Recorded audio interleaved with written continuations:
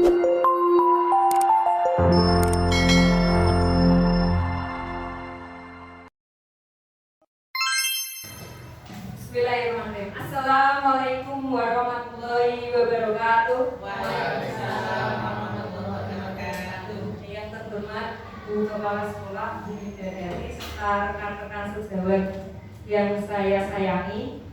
Di sini saya akan menyebarkan pemahaman dan menerapkan pengalaman budaya positif. Sudah kenal dengan saya, nggih? Tidak perlu perkenalan.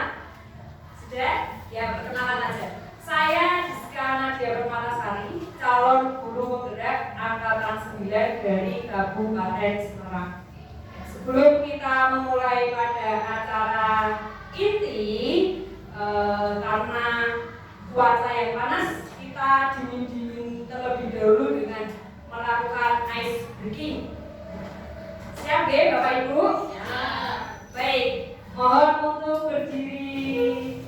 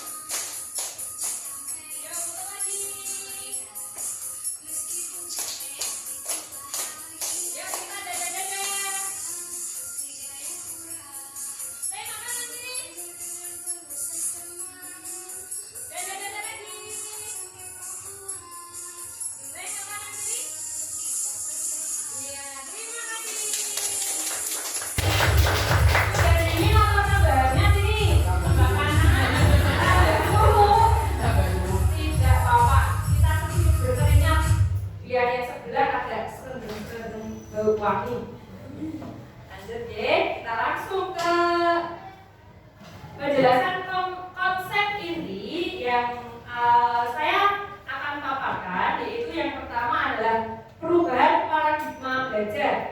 Lalu ada disiplin positif, nilai-nilai kebajikan, kebutuhan dasar manusia, motivasi perilaku manusia, posisi kontrol guru, serta keyakinan kelas dan segitiga restitusi.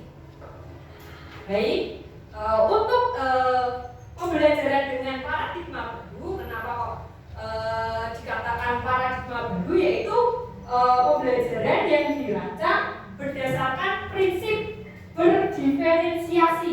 Apa itu berdiferensiasi? Berdiferensiasi yaitu perbedaan yang ada di dalam kelas, sehingga para peserta didik itu belajar sesuai dengan kebutuhan berdasarkan tahap perkembangan sesuai teori belajar atau teori psikologi modern untuk mewujudkan profil pelajar Pancasila. Ya, sudah digaung-gaungkan profil pelajar Pancasila. Yang pertama ada apa? Ada beriman, bertakwa kepada Tuhan Yang Maha Esa dan berakhlak mulia, berkebinekaan global, gotong royong, mandiri, kreatif, dan bernalar kritis. Yes, hebat sekali.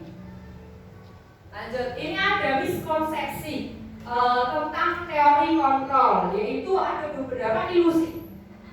Di sini ada ilusi mengontrol murid, guru mengontrol murid.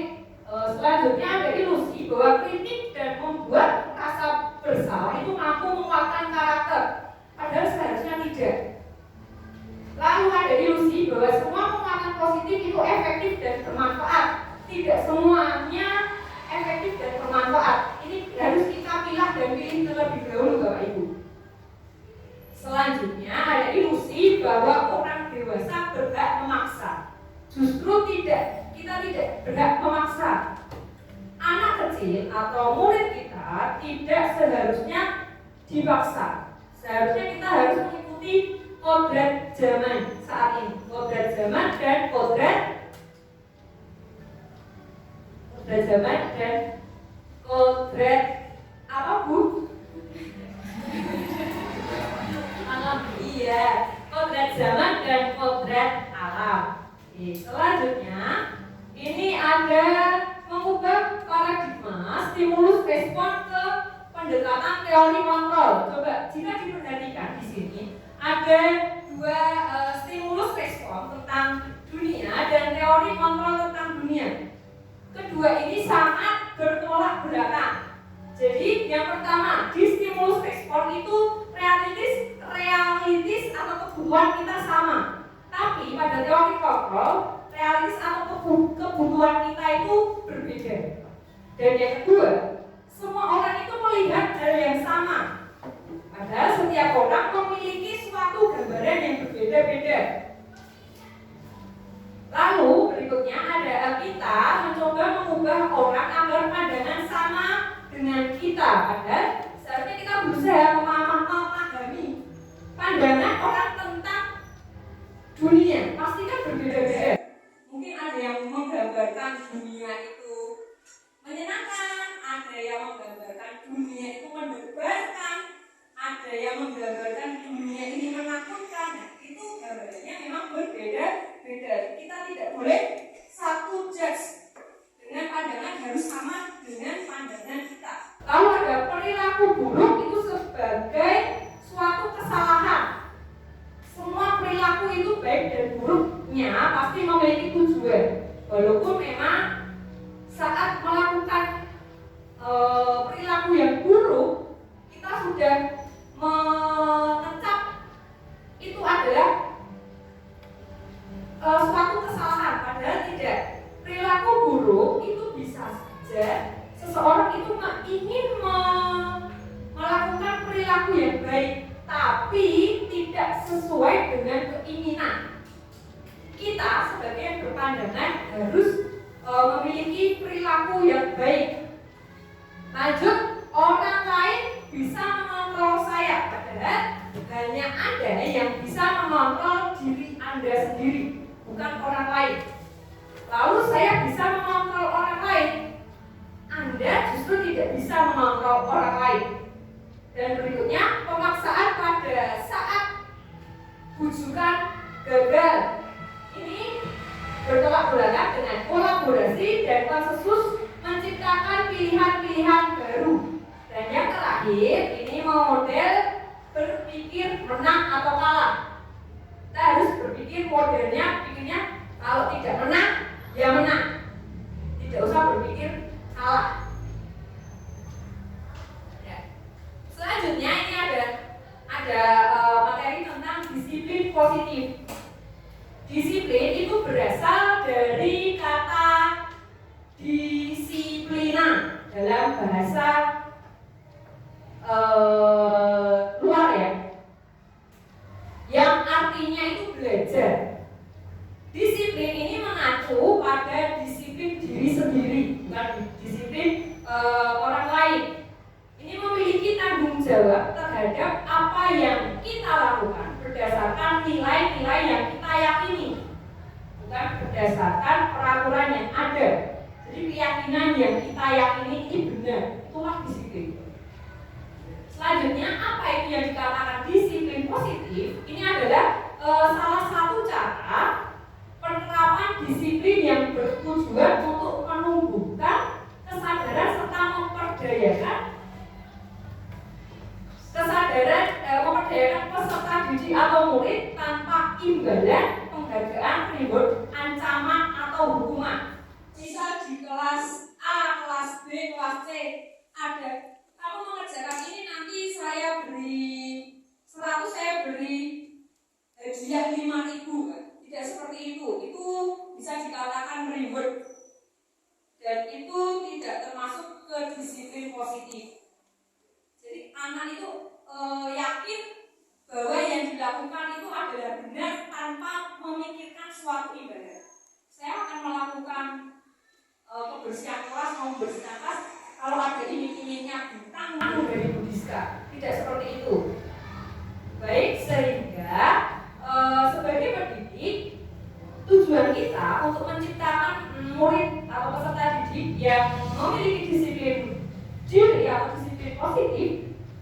Mereka yang berperilaku mengacu kepada nilai-nilai kebajikan universal dan memiliki motivasi intrinsik dari diri dia sendiri. Perubahan perilaku ke arah yang lebih baik. Baik, selanjutnya ini adalah nilai-nilai kebajikan.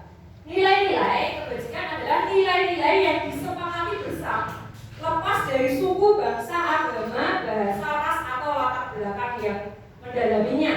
Ini saya tampilkan adalah contoh nilai kebajikan institusi atau organisasi yang mengarah pada profil pelajar Pancasila, primary year program, dan life skill atau keterampilan hidup. Pada profil pelajar Pancasila tadi ada bermacam-macam ya, ada beriman dan bertakwa pada Tuhan Yang Maha Esa, berakhlak mulia, berkebinekaan global, gotong royong, mandiri, kreatif, bernalar kritis, dan untuk PYP-nya ada toleransi, rasa hormat, integritas, mandiri, ada menghargai, antusias, empati, keingintahuan, kreativitas, kerjasama, percaya diri, dan komitmen. Selanjutnya untuk life skill atau keterampilan hidup ini adalah ada dapat dipercaya, lurus hati, pendengar yang aktif, tidak merendahkan orang lain, dan memberanikan yang terbaik dari dalam diri. Selanjutnya ada kebutuhan dasar manusia. Kebutuhan dasar manusia ini adalah segala sesuatu yang kita lakukan untuk mendapatkan apa yang kita inginkan. Seluruh tindakan yang kita lakukan itu pasti memiliki tujuan tertentu. Dari semua usaha terbaik yang kita lakukan adalah dalam rangka agar kebutuhan manusia terpenuhi dengan baik. Apa saja 5 kebutuhan dasar manusia? Ada sebagai berikut. Yang pertama, bertahan hidup. Bertahan hidup kita pasti akan memerlukan makanan, pakaian, tempat tinggal, keamanan, serta kesehatan. Yang kedua, ada kasih sayang dan rasa untuk diterima. Di sini ada rasa diterima atau diperdulikan, berbagi, kerjasama, menjadi bagian dari kelompok. Serta yang ketiga itu adalah penguasaan. Penguasaan ini terdiri dari harga diri, keinginan untuk dianggap, menjadi seorang pemimpin, berprestasi, ingin diakui, dan ingin untuk di dunia. Yang keempat ada kebutuhan dasar manusia yaitu kebebasan, freedom. Di sini ada mandiri, memiliki pilihan, mencoba hal baru, mampu mengendalikan arah dirinya. Dan yang terakhir untuk kesenangan. Ini kesenangan biasanya anak-anak kita ini pasti membutuhkan 5 dasar yang paling utama ini adalah kesenangan, yaitu bermain, humor, antusias, dan tertawa. Motivasi perilaku manusia ini ada 2 unsur. Ada dari motivasi secara intrinsik dan secara ekstrinsik.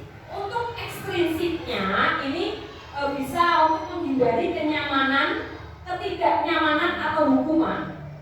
Yang kedua, untuk dapat imbalan penghargaan dari orang lain. Ini adalah motivasi ekstrinsik untuk manusia atau peserta didik kita atau bisa saja kita. Dan untuk motivasi intrinsiknya bisa kita itu untuk menjadi orang yang mereka inginkan dan menghargai diri sendiri dengan nilai-nilai yang mereka percayai. Kita mengatakannya keyakinan diri atau kalau untuk siswa di kelas ya keyakinan kelas.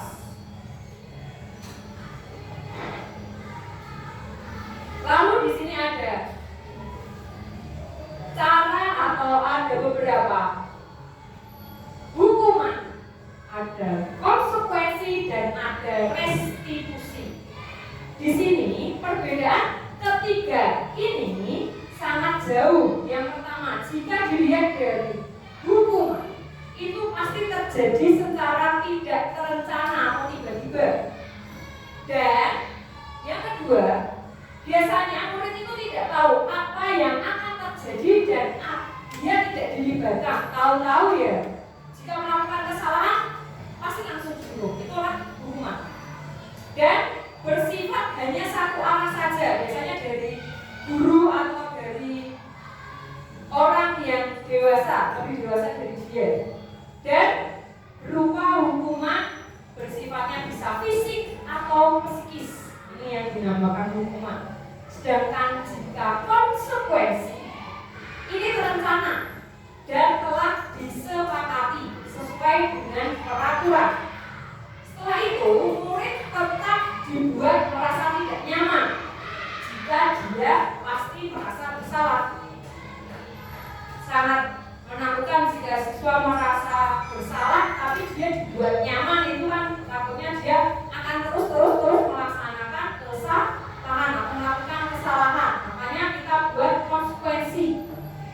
Dan sikap guru ini masih selalu memonitoring para muridnya. Apakah si A masih melakukan kesalahan, si B masih melakukan kesalahan. Berbeda dengan tahap yang ketiga, yaitu restitusi. Ini yang disarankan oleh para penggaul-penggaul kita untuk menyebarkan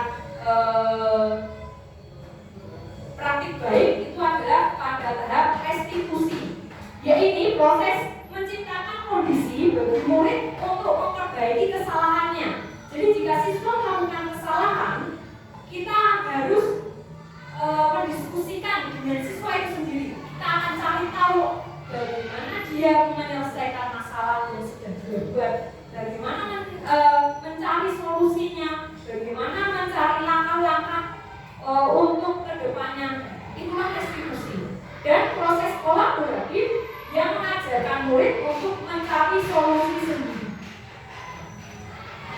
Ini ada 5 posisi kontrol guru. Di sini ada yang pertama, pembuka. Kedua, pembuat rasa bersalah. Ketiga, ada teman.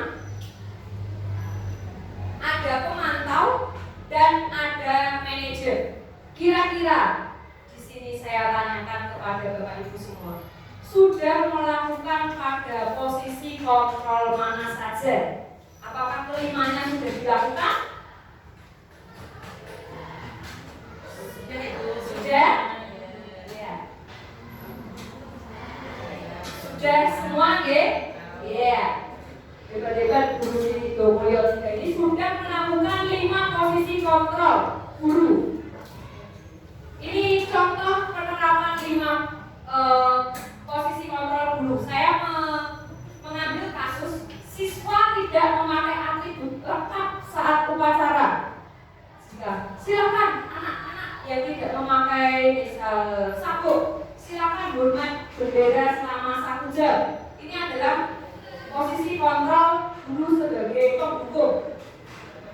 Lalu berapa kali ibu atau bapak guru harus memberitahu kamu seharusnya kamu mengecewakan bapak atau ibu guru. Ini adalah posisi kontrol pembuat rasa bersalah.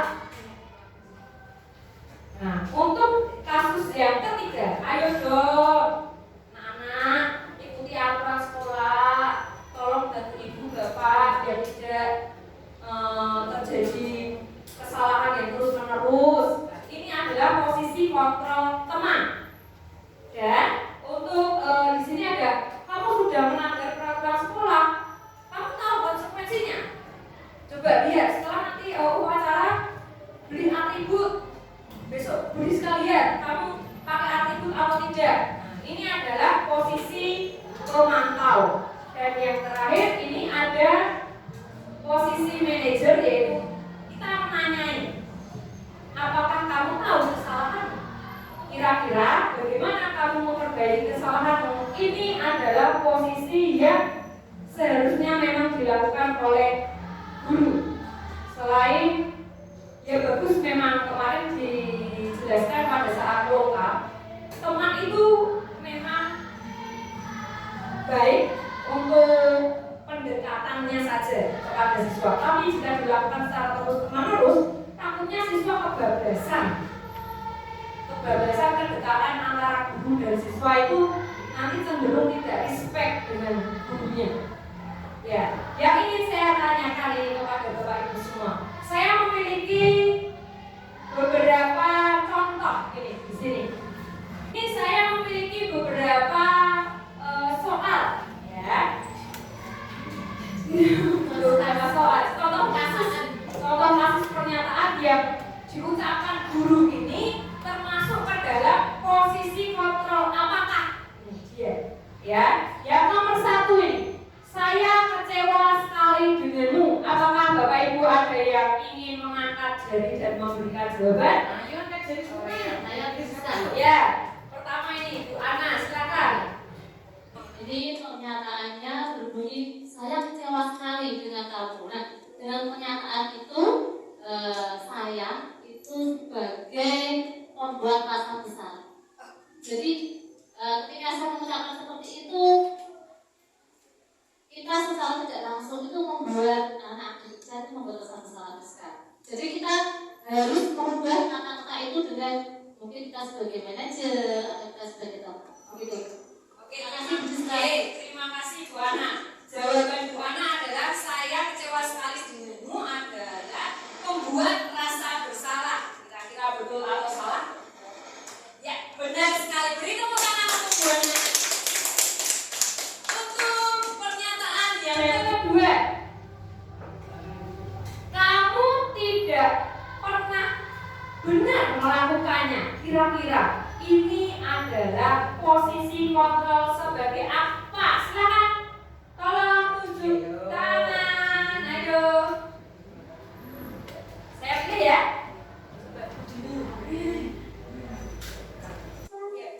Terima kasih Bu Rizka. Menurut saya dengan pernyataan ini adalah ini kita sebagai penghukum sebagai mingguan.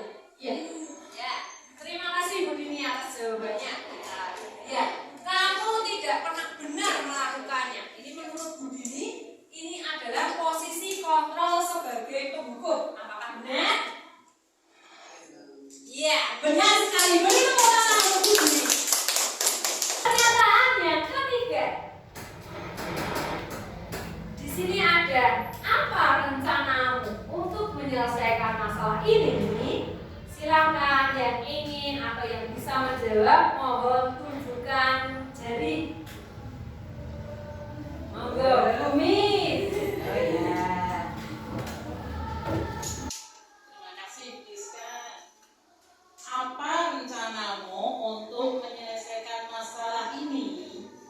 Kalau tidak salah ya Bu Rizka, mungkin itu jawabannya manajer mungkin ya Bu Rizka ya. Kalau menurut penjelasan dari Bu Rizka tadi. Terima kasih. Terima kasih Bumi. Ya, ini menurut Bumi, apa rencanamu untuk menyelesaikan masalah ini? Coba. Jawabannya Bumi adalah seorang manajer. Betul atau salah? Benar. Ini memang dari Bumi benar-benar mendengarkan penjelasan saya dari awal hingga akhir ini. Terima kasih Bumi. Lanjut untuk pernyataan yang keempat ini. Ayolah lakukan demi Bapak atau Ibu. Silakan angkat tangan. Ayo angkat tangan. Yang kedua. Sudah jawab juga ya. Bagus itu. Yang bilang dapat hadiah loh. Dapat hadiah dari Bu Baik, Rizka. saya mencoba pernyataan dari ayolah lakukan demi Bapak atau Ibu ya. Ini posisi kontrol sebagai teman. Oh, posisi kontrol sebagai teman. Terima kasih Pak Agus. Menurut Pak Agus, ayolah lakukan demi Bapak, Ibu ya. Ini adalah posisi kontrol sebagai teman. Apakah betul jawabannya? Ya, ternyata betul. Ini tepuk tangan untuk Agus. Pak Agus juga tepat ini. Pasti tidak ngantuk tadi. Penjelasan dari saya. Ini Pak nanti kok Pak Agus. Lanjut, ini ada soal terakhir, pernyataan yang terakhir. Kamu tidak pernah mendapatkan nilai jika tidak mengerjakan tugas. Ini adalah kontrol sebagai apa kira-kira? Yang ingin tunjukkan jari dari yang muda. Ya, oke, berapa? Ayo bergerak, fighting. Terima kasih Mas. Berdiskusi sebelumnya. Ya. Kamu tidak pernah mendapat nilai jika tidak mengerjakan tugas. Mungkin posisi kontrol ini termasuk ke dalam pemantau. Itu saya kira. Terima kasih. Terima kasih Bu Viro. Apakah benar kamu tidak pernah mendapat nilai jika tidak mengerjakan tugas? Menurut Bu Viro adalah posisi kontrol pemantau. Coba kita cek. Ya, benar sekali. Baik. Ternyata posisi kontrol. Apakah aku dari pemantau, teman, manajer, membuat rasa bersalah dan menghukum? Bapak Ibu sudah sangat lihai dalam memilah dan memilih pernyataan. Baik, kita lanjut ke keyakinan kelas. Mengapa keyakinan kelas dan mengapa bukan peraturan kelas? Di sini saya akan sedikit menjelaskan. Bapak Ibu pasti mengetahui kenapa anak usia 17 tahun tidak diperbolehkan mengendarai sepeda motor. Karena sudah ada peraturannya. Ya, betul? Di peraturan anak yang seorang yang dapat memiliki SIM adalah orang yang sudah berusia 17 tahun ke atas. Itu karena di pemerintahan sudah di riset dan recheck anak usia di bawah 17 tahun emosionalnya itu masih labil. Bagaimana jika emosional labil dia mengendarai sepeda motor, mengendarai mobil ke jalan besar atau jalan raya? Pasti tidak sabar yang pertama. Pasti nanti kalau takut grogi nangis. Karena masih emosional. Makanya kita di usia 17 tahun sudah memiliki KTP sebagai tanda anak remaja yang sudah matang psikologisnya. Ya. Selain itu, kenapa kok memang di peraturan itu 17 tahun, tapi di keyakinan kita usia 17 tahun jika mengendarai sepeda motor atau kendaraan motor pasti takutnya akan keselamatan. Ya, kita meyakini keselamatan itu adalah hal yang utama. Jadi berbeda antara keyakinan dan peraturan di situ.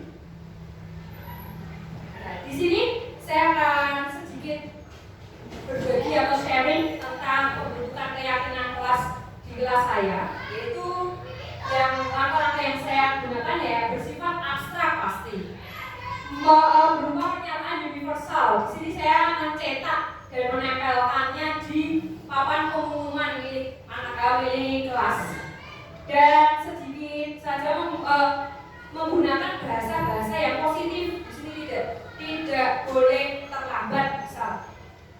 Kan ada kata-kata tidak boleh itu kan negatif konotasinya, berarti harus tepat waktu. Jadi diganti dengan kalimat-kalimat atau pernyataan positif. Setelah itu sesuai dengan kondisi kelas dan sekolah, sehingga ini mudah untuk diterapkan. Dan semua warga sekolah atau warga kelas itu dilibatkan dalam membuat keyakinan kelas.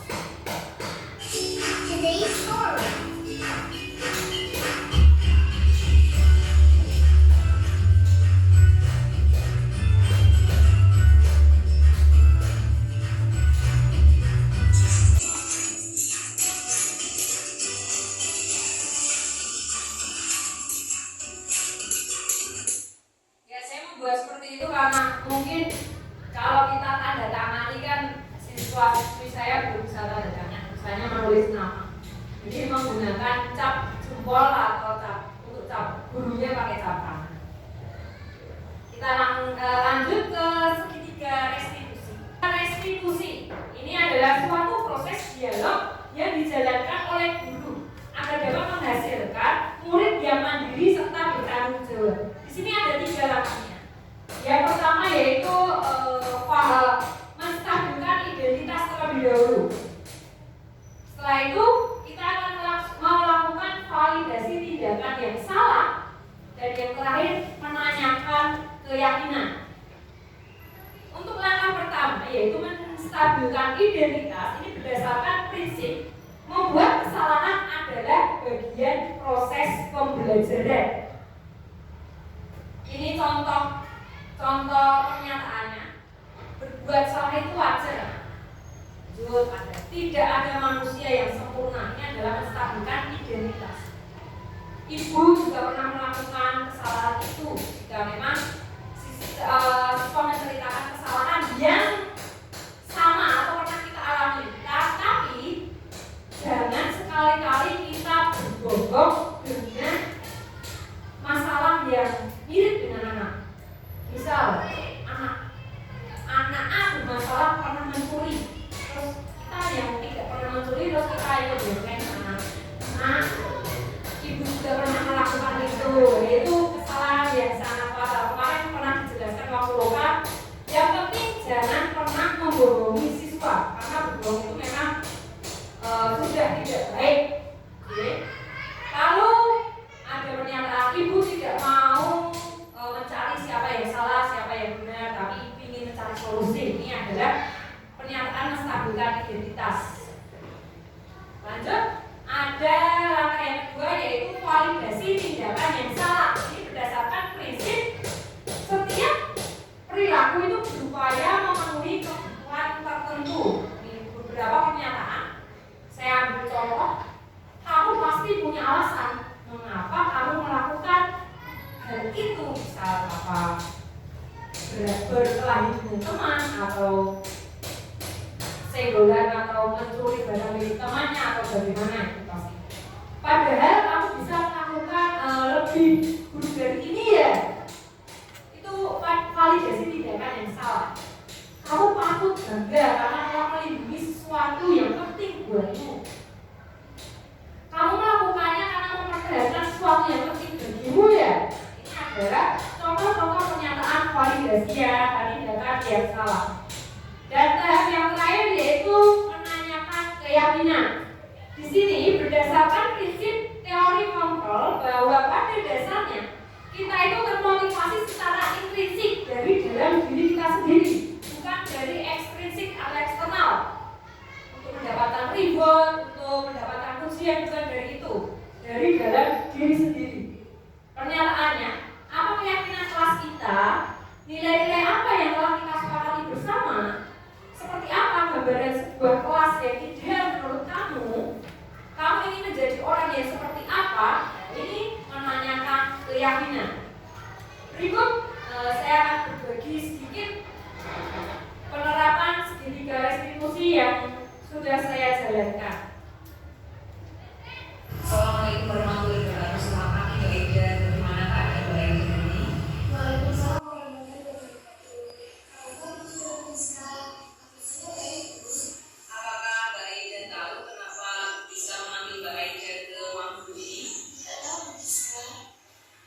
Mbak Ida bisa panggil nama bisa ini tahu Mbak Ida itu tadi malam apakah belajar? Belajar Bu.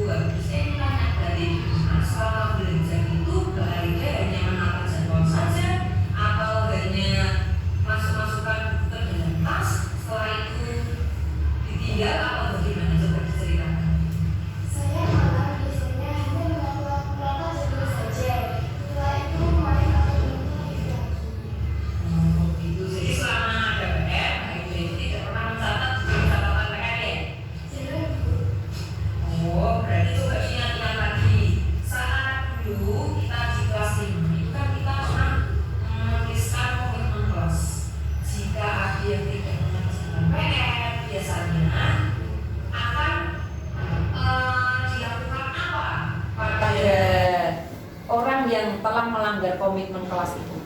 Jika tidak mengerjakan PR, maka bintangnya akan dikurangi 10 Bu Guru. Nah, tahu kan? Berarti kan kalau sudah dikurangi 10 itu kan berarti mencoreng nilai kedisiplinanmu, nilai kejujuranmu dalam meyakini komitmen kelas kita. Berarti kan nilai kejujuran itu sangat penting di kelas menurut Mbak Aida. Iya Bu, sangat penting sekali. Ya, baik, kalau sangat penting, sekarang Bu Diska ingin tanya kembali. Apakah kamu apa yang harus kamu lakukan supaya tidak mengulangi perbuatan tidak mengerjakan PR itu? Saat belajar harus melihat betul-betul catatannya. Jika ada PR langsung dikerjakan di rumah, tidak menunda-nundanya.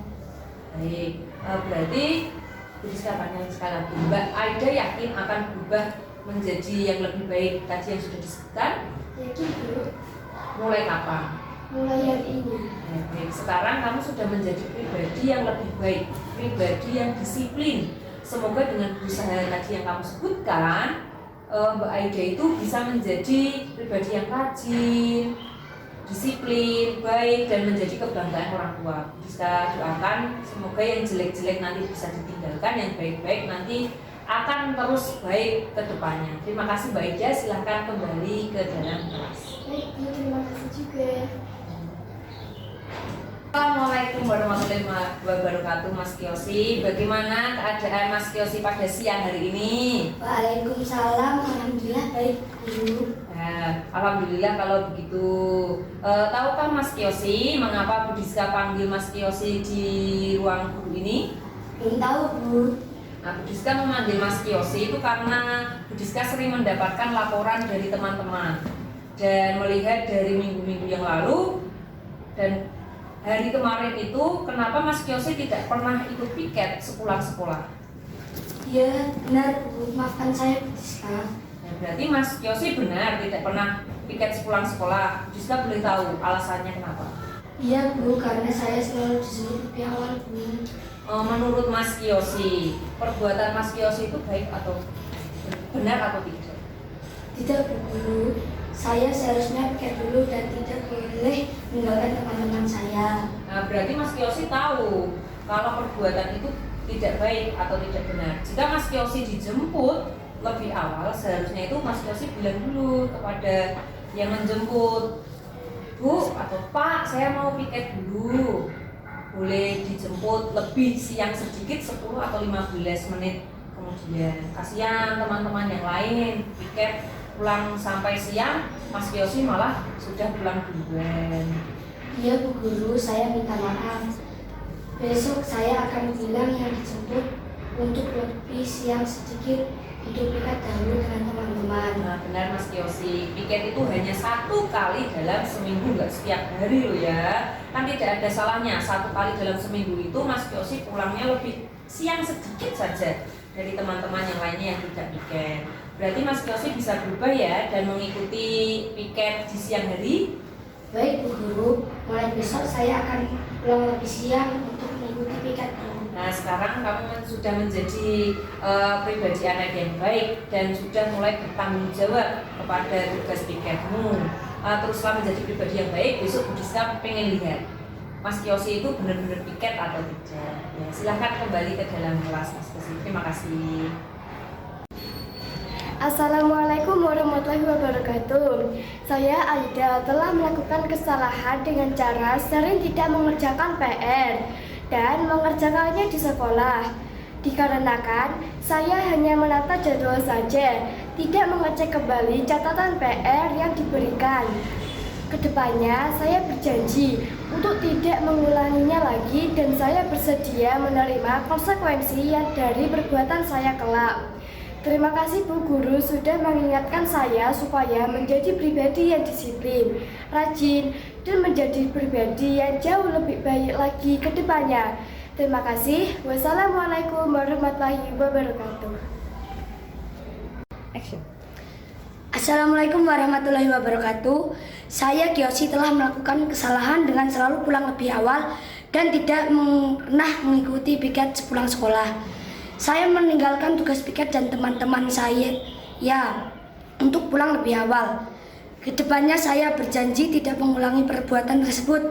Saya akan melaksanakan tanggung jawab saya untuk piket sekolah dan saya bersedia menerima konsekuensi dan perbuatan saya. Terima kasih Bu Guru sudah memperingati saya supaya menjadi pribadi yang lebih baik lagi. Wassalamualaikum warahmatullahi wabarakatuh. Ya, itu adalah contoh penerapan segitiga restitusi yang sudah saya lakukan bersama dua siswa saya. Terima kasih sudah ikut menyaksikan penerapan segitiga restitusi. Ya, untuk materi selanjutnya yaitu adalah penutup. Bisa lebih semangat lagi Bapak Ibu, silakan.